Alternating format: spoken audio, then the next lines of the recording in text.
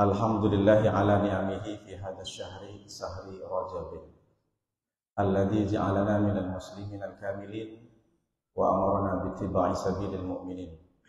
Asyhadu an la ilaha illallah wahdahu la syarika lahul haqqul mubin wa asyhadu anna sayyidana wa nabiyyana Muhammadan abduhu wa rasuluhu shadiqul wa'dil amin. Allahumma shalli wa sallim wa barik ala sayyidina Muhammadin wa ala alihi wa sahbihi ajma'in. Yang sama-sama kita hormati pengurus Dewan Kemakmuran Masjid Az-Zikrah Ibn Hussein, wabil khusus Imam Masjid Az-Zikrah. Ini sama-sama satu kampung, sama-sama dari Portugal dengan saya. Sehat selalu Ustadz Hafiruddin.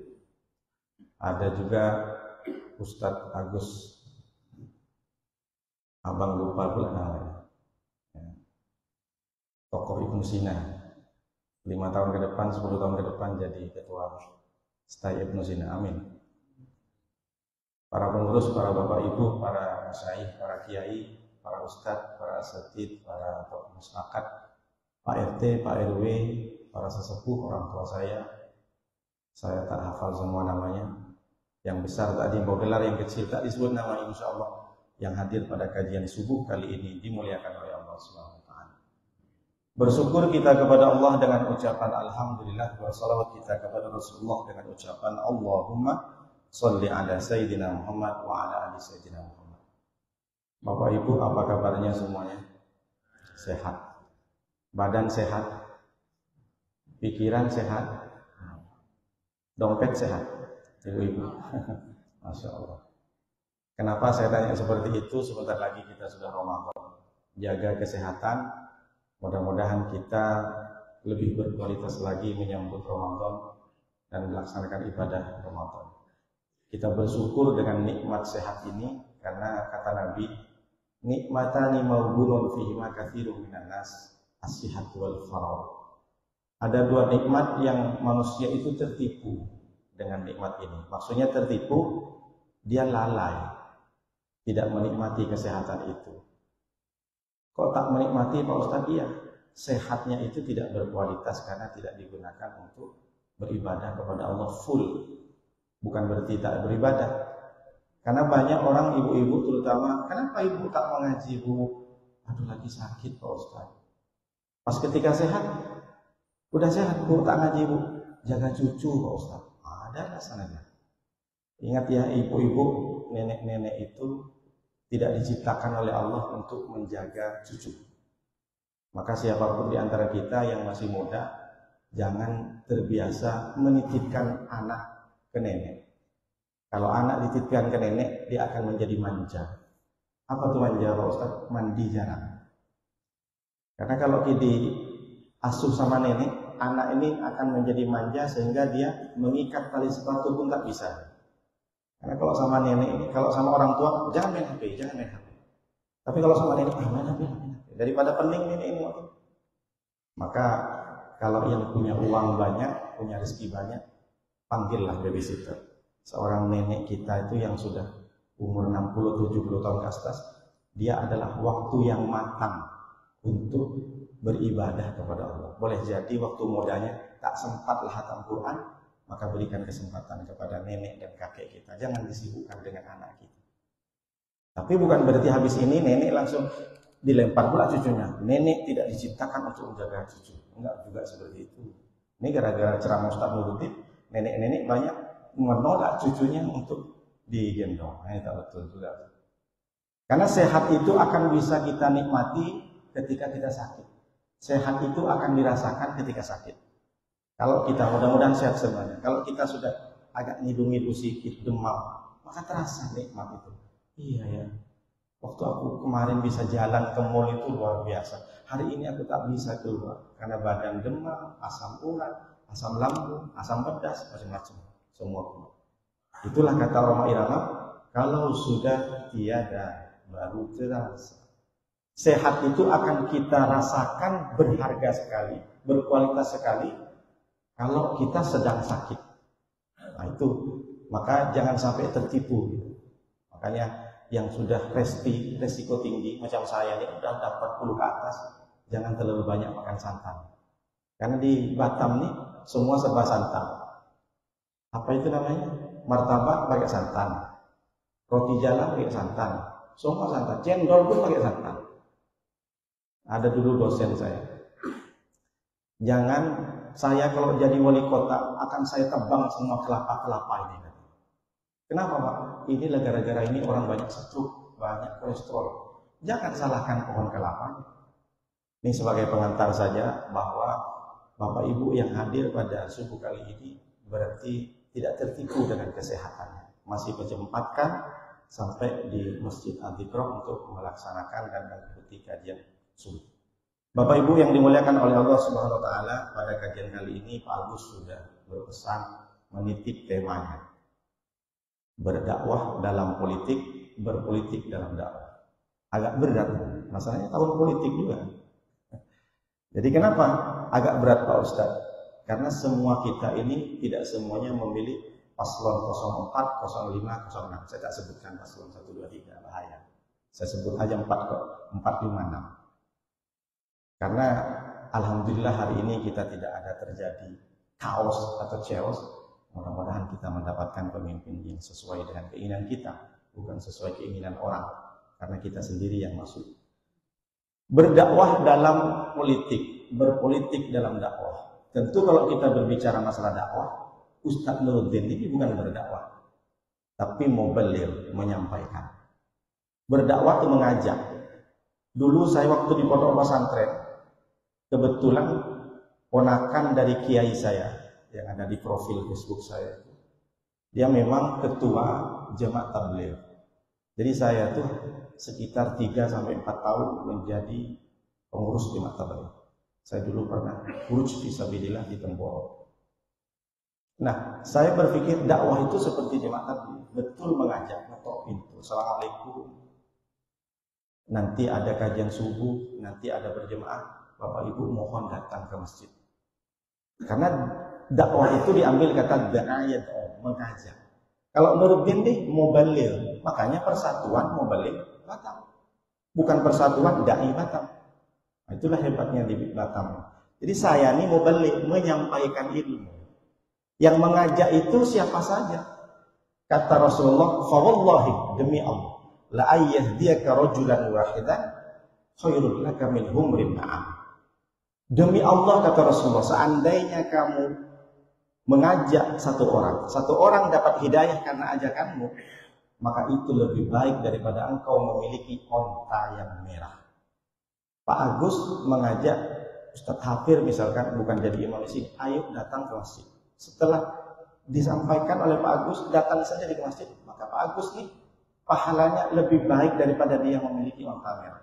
Onta merah sekarang itu adalah onta kesukaan Nabi, onta yang paling berkualitas. Sekarang yang dimiliki oleh raja-raja itu sekitar hampir 100 dan 150 juta.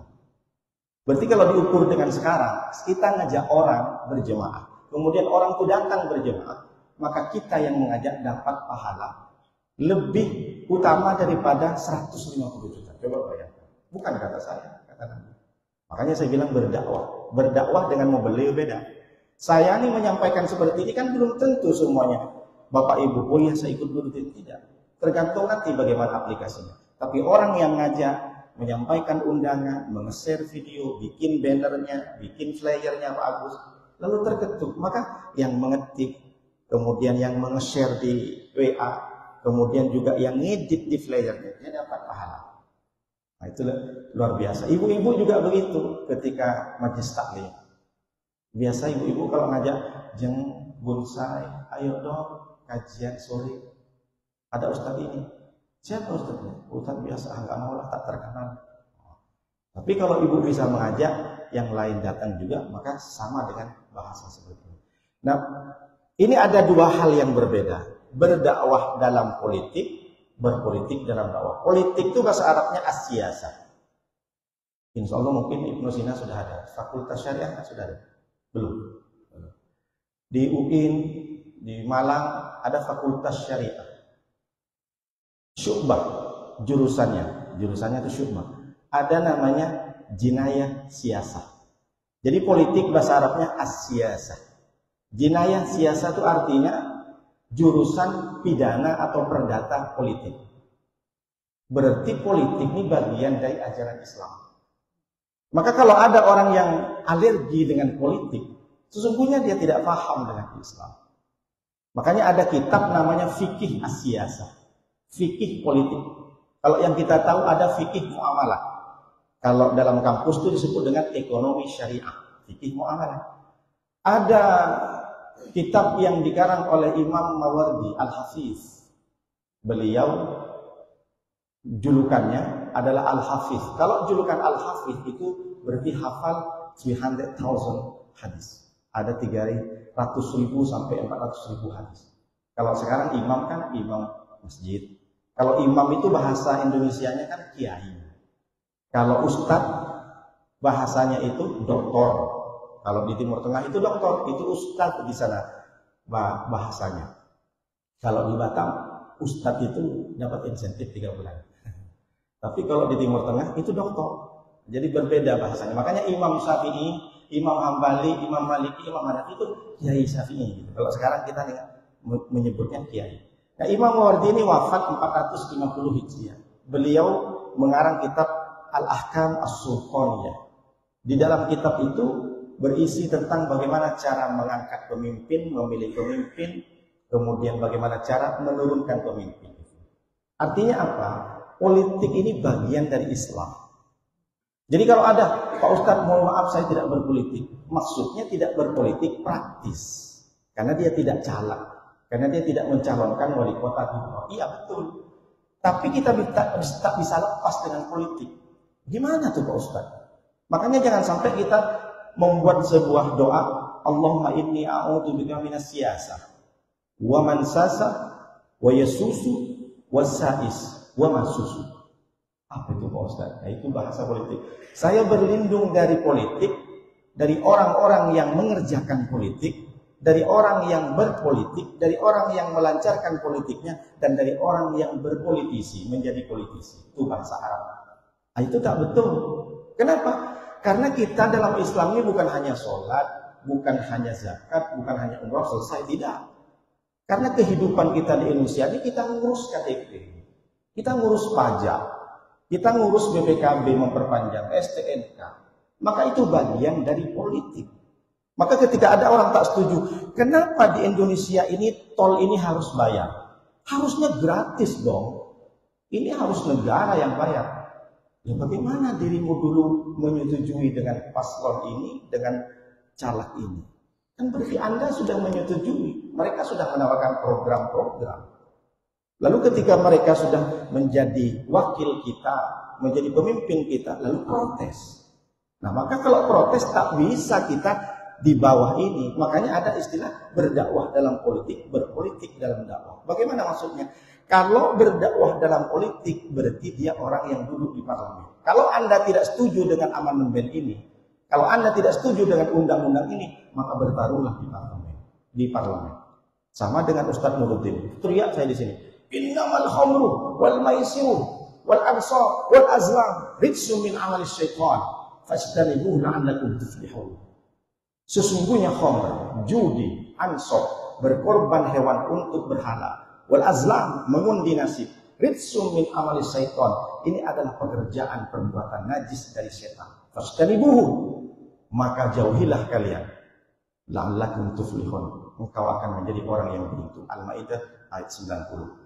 Teriak saya, jangan sampai minum khamr, jangan sakau, jangan mabuk, jangan berjudi, jangan main kaplek taruhan, jangan main game skater, judi online. Misalkan, saya teriak di sini, wajar. Pulang saya keluar, nampaklah kios. Bang, ini abang jual Civas, jual Jack Daniel, jual topi mini. Pak Ustaz kok hafal? Saya nengok di media sosial. Itu minuman keras semua. Abang haram, abang masuk neraka. Apa ada yang tukang kios tadi? Ente tukang khotbah aja. Jangan ngurusin saya. Ini kios-kios saya, ini rumah-rumah saya beli, saya modal, saya pedagang. Apa urusan ente? Betul gak orang ini? Betul. Karena saya ini berdakwah bukan dalam politik, tapi berdakwah di mimbar. Lalu bagaimana caranya saya nahi munkar? Majulah saya jadi caleg. Begitu, selesai. Game is over. Jadi saya berteriak di sini, berteriak di sana, habis saya dipotong leher saya. Kalau enggak, tak selamat, Pak. Misalkan saya datang ke planet, habis itu saya porak-porandakan planet holiday, Pasifik, jangan kalian berbuat maksiat. Tak cocok. Maka kalau saya ingin nahi mungkar dalam politik, saya harus berada dalam parlemen. Bagaimana caranya? Buat perda, buat pergub, buat perwaku, buat perpres. Itulah kita nih hari ini memilih orang-orang yang akan duduk di dalam politik itu, bagaimana dia tetap bisa berdakwah dalam Islam. Maka pilihlah yang bisa mengikuti arahan Rasulullah SAW. Ikutilah, pilihlah orang yang betul-betul nahi mungkar. Jangan kita asik nak nyalahin orang ini, kenapa di sini konflik ini terlalu banyak orang yang sakau. Tak bisa kita berdakwah. Jadi saya ini berpolitik dalam dakwah begini caranya. Saya berpolitik dan dakwah saya sampaikan dengan cara-cara berpolitik yang baik sehingga kita termasuk orang yang nahi mungkar amar ma'ruf nahi munkar. Jadi kalau kita ingin melakukan satu undang-undang yang bisa memberantas orang-orang yang berjudi, tidak ada lagi maksiat, tidak ada lokalisasi, maka bukan seperti saya hanya teriak di sini, tidak. Saya menyampaikan saja. Maka itulah pentingnya berdakwah. Jadi Bapak Ibu hari ini kalau tahu dengan hadis tadi, ajaklah siapapun. Memang berdakwah itu sakit, Pak. Kenapa? Dicemooh. Nabi Muhammad itu sebelum dia mengaku menjadi nabi, aman-aman saja. Oh Muhammad, kau yang paling jujur, kau yang paling baik, kau yang paling top lah. Tapi ketika dia mengaku saya adalah nabi, makanya ketika Rasulullah itu selesai dari Isra Mi'raj, itu menyampaikan bahwa ada sholat. Sebelum itu Nabi juga berdiri di Jabal Abi Qubais. Kalau Bapak pergi ke umroh, ada nengok Ka'bah, ngadep ke Multazam sebelah kiri, sekarang sudah menjadi Istana Raja Fahd. Dulu itu di sana Jabal Abi Qubais. Qubais, bukan Qubais. Kalau Qubais itu Pol. Berdiri Rasulullah. Seandainya aku katakan kepada kalian, dikumpulkan semuanya, saudara-saudara. Seandainya aku katakan di belakang Jabal Abi Qubais ini ada yang menyerang Mekah, percaya nggak kalian? Percaya Muhammad, karena kamu dari kecil Al-Amin, kamu dari kecil itu yang dipercaya, tak pernah bohong. Seandainya di belakang ini ada orang yang ingin membunuh kalian semua, percaya? Percaya, karena kamu yang mengatakan. Seandainya aku katakan hari kalau aku adalah Nabi terakhir setelah Nabi Isa adalah Rasulullah, percaya nggak kalian? Langsung kaget. Apalagi si Abu Lahab, tabban laka ya Muhammad, celaka kau Muhammad. Ngaku Nabi pula kau. Dulu aku cebok, dulu aku kasih makan, dulu aku kasih jajan sama. Sekarang kau mentang-mentang masih muda, masih anak tukang dongeng, dilempar sama Abu Lahab, dilempar tulang, dilempar batu ke Muhammad. Tabban laka ya Muhammad. Itulah turun tabbat yada Abi Lahab. Itu apa maknanya? Bahwa ketika Bapak Ibu mengajak orang lain pasti akan mendapat cibiran. Alah, baru ngaji kemarin, mentang-mentang jilbabnya udah tambah besar macam Superman, ngajak-ngajak aku, uruslah hidupmu sendiri. Maka sabar ketika kita berdakwah. Makanya dakwah kalau yang benar biar diikuti orang, berpolitiklah dalam dakwah. Bukan politik praktis seperti di parlemen, tidak. Bagaimana caranya? Karena politik itu artinya siasat. Makanya Yusuf Qaradawi itu ulama kontemporer Al-Imam Al-Hafiz yang menjadi ahli fatwa Yasir Al-Marhum, Allahumma warhamhu. Beliau mengarang kitab As-Siyasah Asy-Syar'iyyah, dipadukan As-Siyasah Asy-Syar'iyyah yang lama dengan yang baru. Apa salah satu isinya? Dia mengutip hadis Nabi dari Abdurrahman ibni Abi Bakrin an abihi. Hadis ini sahih, ada di kitab Bukhari, ada di kitab circle yang kecil tadi. Bukan hanya sekedar dia bersumpah atas nama Allah tidak melakukan sesuatu, tapi syahadatul usul kalau sekarang memilih pemimpin, dia adalah bersaksi di hadapan Allah Subhanahu wa taala. Maka kata Sayyidina Abu Bakar, jadi hadis ini yang meriwayatkan itu adalah Abu Bakar, diceritakan lagi kepada anaknya Abdurrahman. Abdurrahman ini beliau masuk Islam tahun ke-8 Hijriah ketika Nabi Muhammad SAW menaklukkan Mekah. Jadi agak lambat Abu Bakar. Yang kita tahu Siti Aisyah. Saudaranya lagi ada Abu Abdurrahman yang laki-laki. Jadi kata Rasulullah syahadatus sur, bersaksi palsu. Maka diterjemah, dijabarkan oleh Syekh Yusuf Qaradawi itu, maksudnya ketika engkau masuk ke bilik suara memilih pemimpin, maka sesungguhnya engkau bersaksi di hadapan Allah Subhanahu wa taala. Kau coblos orang itu, kau pilih orang itu, seakan-akan kau mengatakan di hadapan Allah, ya Allah, saya bersaksi atas nama Islam, atas nama agamaku, atas nama kamu ya Allah, orang ini baik dan layak menjadi pemimpin. Maka coblosanmu, pilihanmu akan dipertanggungjawabkan di hadapan Allah Subhanahu wa taala. Kenapa kau coblos itu? Tapi kau tahu kan orang itu tak baik. Iya Pak Ustaz, dia tetangga saya Pak Ustaz. Kerjaannya sakau, budi, mampu Pak Ustaz. Kau coblos. Aduh, gimana Pak Ustaz tak nyoblos? Sudah dapat 500.000 Pak Ustaz. Gimana kau tanya? Gimana Pak Ustaz? Anak saya ditanggung SPP 3 tahun Pak Ustaz. Oh, terpaksa saya coblos. Saya tidak menyuruh Bapak Ibu suruh pilih ini, tidak, silahkan. Saya juga netral orang. Saya tak pernah mengatakan di mana-mana ceramah harus dukung ini, tidak. Tapi Bapak Ibu, urusannya ketika di dalam bilik suara, urusan ibu, urusan bapak dengan Allah Subhanahu wa taala. Maka dipertanggungjawabkan nanti, dan itu termasuk dosa besar di antara dosa besar. Saya tidak menyuruh harus, tidak, silakan. Saya paling orang netral. Di mana-mana saya tak pernah mengatakan, dan karena saya bukan orang politik praktis. Karena saya ini hadir untuk berdakwah kemudian menyampaikan ilmu. Jadi ketika kita sudah masuk bilik suara, maka itu kata Syekh Yusuf Qaradawi. Padahal syarat untuk memilih pemimpin yang sudah dibahas sebelumnya. Rasulullah itu dulu ketika meninggal Rasulullah, yang dipikirkan umat itu bagaimana pengganti Rasulullah. Maka kalau Bapak Ibu umroh ke Mekah, itu di sebelah kanan, di pintu 327, 326, 325, di sini ada pelataran. Saya belum 40 hari saya datang dari umroh dan saya bimbing. Saya di Travel Andalus, Haromain. Jadi Andalus Haromain itu dia punya mutawif yang memang dari Indonesia. Jadi saya jadi mutawif, tidak memakai mutawif di sana. Saya bimbing dari sini manasik sampai selesai. Nah di sana kami setiap tahajud kami bikin kajian. Jadi memang ada program khusus kalau umroh di Andalus. Bapak Ibu kalau mau ikut habis Lebaran saya berangkat lagi insya Allah. Di sini tuh ada namanya Saqifah Bani Sa'id. Cikal bakal bagaimana Sayyidina Abu Bakar diangkat menjadi khalifah pengganti Rasulullah SAW. Di situ terjadi perdebatan. Kenapa disebut dengan Saqifah? Saqifah diambil kata Saqaf itu artinya apa namanya? Pendopo. Jadi kayak dulu dikasih pelepah kurma. Banyak orang duduk di sana sembari bercerita tentang bagaimana tentang Islam berdakwah. Rumah Rasulullah di sini, Raudhah, di sini Saqifah sebelah kanan. Nah sekarang sudah dijadikan taman, ada pohon bidara, tapi sudah digusur lagi, tinggal satu kemarin. Tak tahu apakah itu dijadikan dihabiskan, karena orang Mekah dan Madinah ini agak alergi dengan situs-situs. Seperti contoh tempat kelahiran Nabi, tidak boleh ada yang datang ke sana. Dijadikan maktabah perpustakaan umum. Kalau perpustakaan bolehlah kita masuk, tapi tak boleh juga masuk. Jadi memang sengaja rumah Sayyidina Abu Bakar, rumah Sayyidina Umar memang dihabiskan, dijadikan hotel semua. Termasuk makamnya Siti Aminah, ibunda Rasulullah di Habwa, tidak dirawat, dibiarkan gitu saja. Karena orang Mekah ini agak alergi, tak boleh. Nanti dijadikan syirik pula nanti gitu.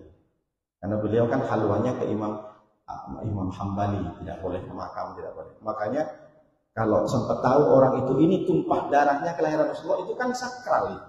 Nah sekarang tak boleh. Kemarin saya sempat bikin vlog ngomong gini, ini adalah tempat kelahiran Rasulullah, langsung diusir. Padahal jauh jaraknya. Katanya perpus. Kalau perpus bolehlah masuk, tapi tak boleh juga masuk. Jadi Saqifah Bani Sa'idah ini cikal bakal bagaimana Sayyidina Abu Bakar diangkat menjadi pemimpin. Di Madinah itu punya jagoan, namanya Sa'ad bin Ubadah. Yang menjadi pemimpin setelah Rasulullah adalah Sa'ad bin Ubadah. Beliau adalah imam perang dari suku Aus. Jadi orang Madinah, orang Ansor memiliki calon. Kemudian dari orang Quraisy, orang Makkah, dia punya calon. Siapa? Sayyidina Umar bin Khattab yang layak menjadi pemimpin setelah Rasulullah. Jadi mereka tuh sama-sama sudah mempromosikan calon pemimpin setelah Rasulullah. Bedanya cuma tak ada baliho dulu. Kalau sekarang baliho, banner, kartu nama. Kalau dulu tak pakai. Mereka berdebat di situ. Karena Rasulullah meninggal hari Senin, ada yang mengatakan dikubur hari Rabu, ada yang mengatakan dikubur hari Kamis. Jadi tidak langsung dikubur. Kenapa? Karena mencari pemimpin. Jadi waktu itu yang dari Ansor tetap ngotot. Sa'ad bin Ubadah. Tak bisa. Dia sudah terbukti kualitas pemimpin dalam perang. Oh, tak bisa. Harus dari Quraisy. Karena Nabi Muhammad juga dari Quraisy. Maka apa kata Sayyidina Umar? Sudah. Jangan berdebat. Kata Sayyidina Umar, sesungguhnya ada hadis dari Rasulullah SAW. Apa itu? Al-a'immatu min Quraisy. Imam, pemimpin itu harus dari suku Quraisy. Karena itu adalah hadis Rasulullah, mereka diam. Jadi tidak berdebat lagi, karena percaya kepada hadis Rasulullah SAW. Tapi Sayyidina Umar mengatakan, Minnal amir wa minkumul wazir. Dariku, dari golongan aku di Quraisy ini harus jadi pemimpin. Tapi kalian yang di Ansor, kalian jadi menteri-menterinya. Nah, jadi oke lah. Pemimpin dari Quraisy, dari Makkah, yang jadi menteri, yang jadi Menko, yang jadi panglima dari Madinah. Deal. Tapi kata Sayyidina Umar, saya tak layak jadi pemimpin. Kenapa? Karena kode-kode pemimpin setelah Rasulullah sudah ada. Kapan itu? Ketika Rasulullah sebelum meninggal ada 17 kali sholat dari Jumat, Sabtu, Minggu. Rasulullah sudah tidak bisa lagi menjadi imam sholat di masjid. Yang ditunjuk adalah Abu Bakar. Ini namanya signal, sinyal kata orang Batak. Ini adalah signal bahwa memang Abu Bakarlah sebenarnya pemimpin selanjutnya. Setelah itu baru selesai. Cuma ada masalah. Siapa yang bermasalah? Orang Syiah. Maka keributan yang ada di Sakif, bukan keributan, tapi berdebat mencari pemimpin. Dianggap Sayyidina Ali ini dikerdilkan. Harusnya Sayyidina Ali, karena Ali sepupu. Maka dijawab oleh para sahabat, Sayyidina Ali pada waktu itu bukan tidak memikirkan bagaimana pemimpin Islam selanjutnya, tapi Sayyidina Ali mengurus jenazah Rasulullah SAW. Apa hikmahnya? Hikmahnya adalah bahwa yang jelas dan wajar mengurus jenazah itu adalah orang sekitar kita. Pada waktu itu yang mengurus jenazah Rasulullah, Hasan dan Husain cucunya, ada Abbas pamannya, ada anaknya Abbas, Abdullah ibnu Abbas, ada Fadl bin Abbas. Fadl bin Abbas meninggal wafat masih muda.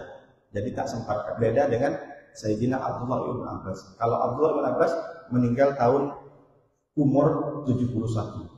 Kalau Bapak Ibu pergi ke Taif, di situ ada masjid namanya Abdullah ibnu Abbas. Di situ beliau dimakamkan. Abdullah ibnu Abbas ini adalah sahabat Nabi dari anaknya pamannya. Beliau adalah sepupu Nabi, sekaligus beliau adalah ponakan Nabi. Kok bisa Pak Ustaz?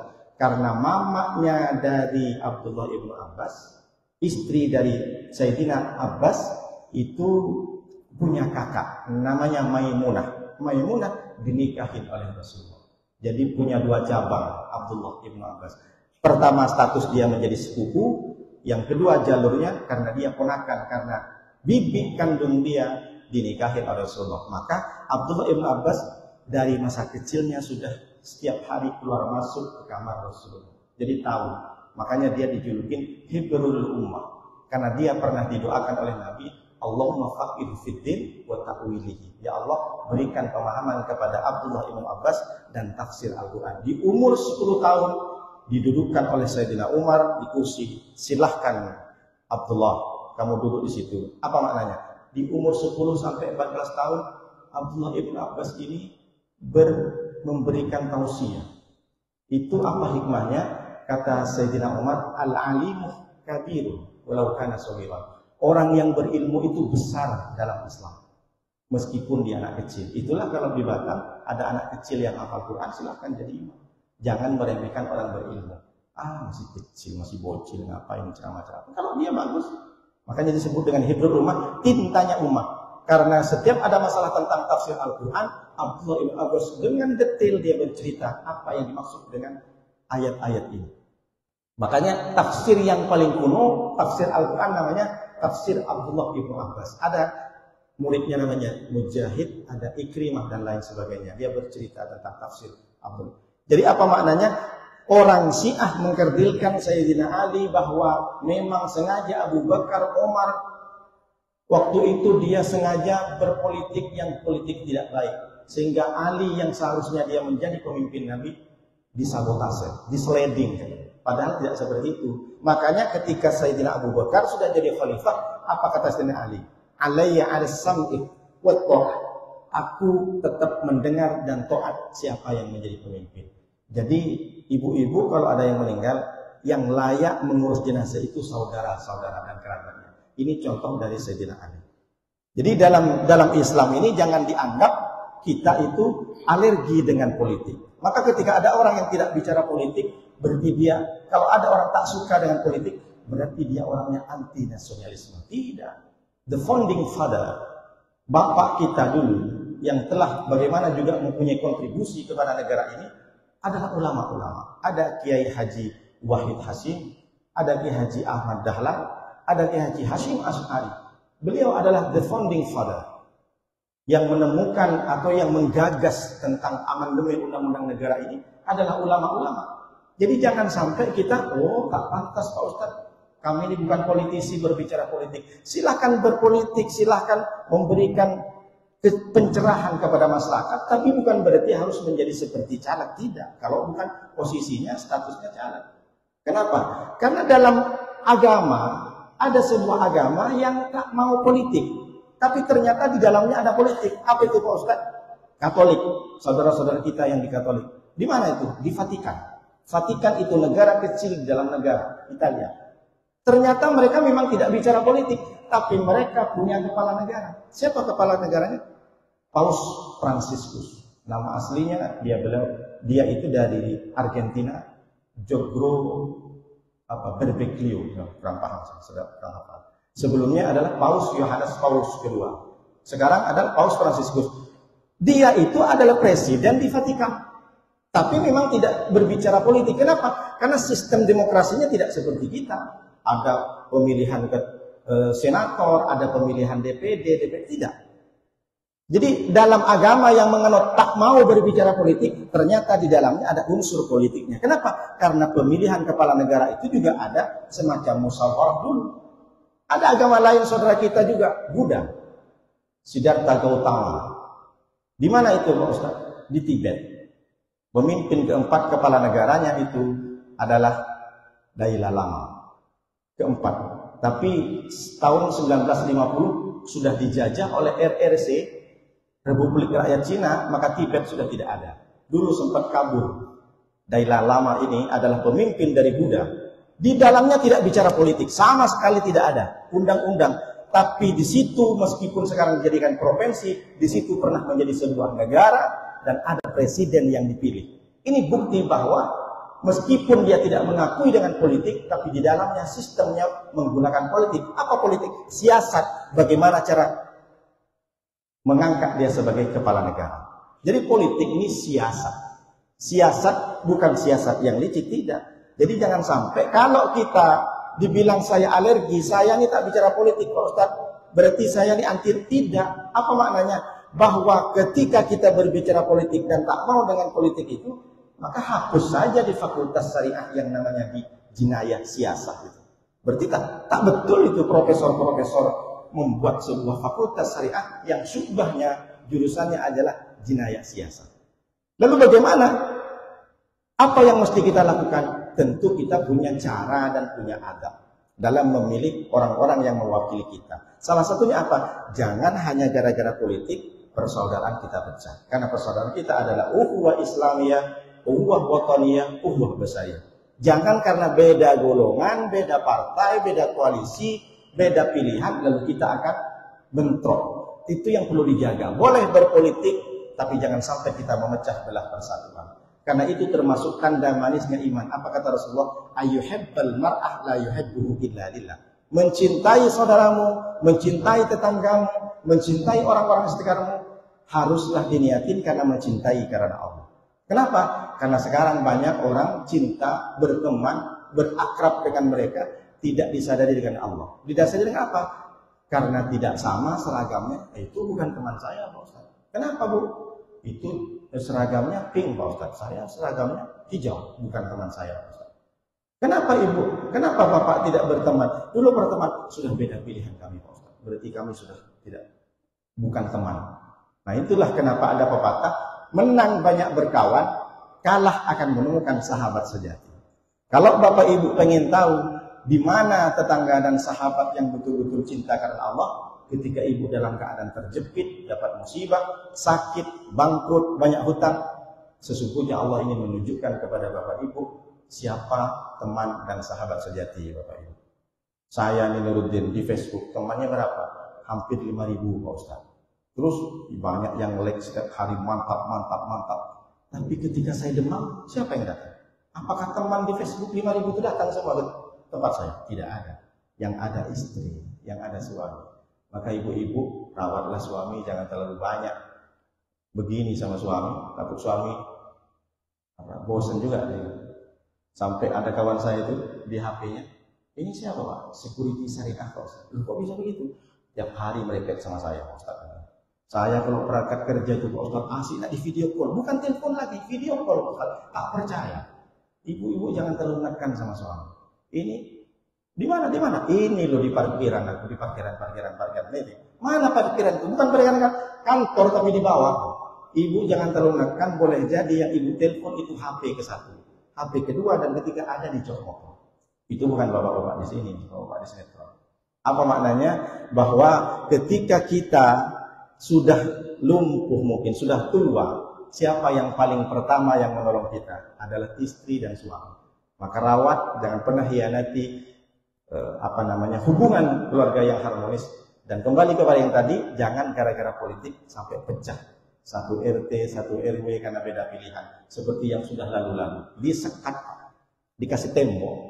Makanya kata Nabi, jangan sampai kalian itu berteman hanya karena teman mentang-mentang dulu satu kantor, sekarang sudah tak kantor, bukan teman lagi. Tapi jangan gara-gara ini Bapak Ibu pulang ke rumah, diblok semua. Ini bukan teman saya karena Allah Pak Ustaz. Kenapa? Beda dia Pak Ustaz. Kalau saya banyak duit, datang dia ke rumah Pak Ustaz.